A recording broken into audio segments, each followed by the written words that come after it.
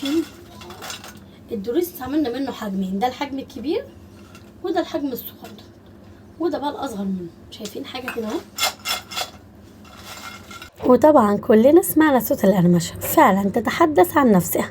ويا سلام بقى على شويه البهارات البيتي اللي احنا عملناها، حاجه كده يا بنات سبيشال. طريقه البهارات: بصل بودره، توم بودره، بابريكا، ورقه ماجي كده هو طحناها كده وحطيناها عليه، وكمان حبه من الشطه، وحطيت كمان شويه كده هو من البهارات الشاورما السوري. كانت طعمها خطير جدا. لو انت مش عايزه تعملي كميه البهارات دي كلها تقدري تشتريها من بره من عند اي عطار. هنا بقى المقادير بتاعتنا: معايا كوبايه من دقيق الذره، ومعايا كوبايه من الدقيق الابيض.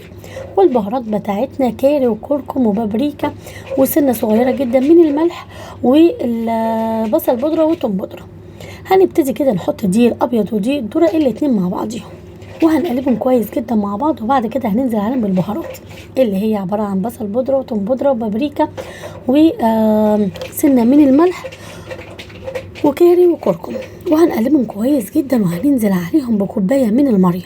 طيب لو انا حاسه ان العجينه بتاعتي طريه شويه، تقدري ان انت تضيفي معلقتين دقيق ذره عليهم وهتبقى معاكي زي الفل. اهم حاجه ان انا عايزه العجينه بتاعتي تكون ناشفه شويه، يعني تكون عجينه قاسيه كده شويه، ما تكونش طريه. بعد كده ما هنسيبناها ترتاح حوالي 5 دقايق، هبتدي كده ان انا هاخد منها كوره على حسب حجم الكوره اللي انا هقطعها ايه. هرش كده شويه دقيق يمين وشمال، وهبتدي ان انا افرد فيها حوالي كده ربع سنتي. انا مش عايزاها تخينه علشان خاطر تبقى ناشفه معايا كده وحلوه جدا. هبتدي بقى كده ان انا اقطعها بالطول شرايط، وبعد كده هبتدي ان انا اقطعها مثلثات.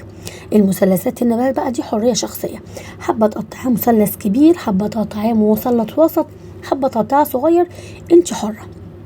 المهم انا طبعا حطيت ال3 احجام، صغير وكبير ووسط. بجد كانت بصي الاشكال كده كانت حلوه جدا.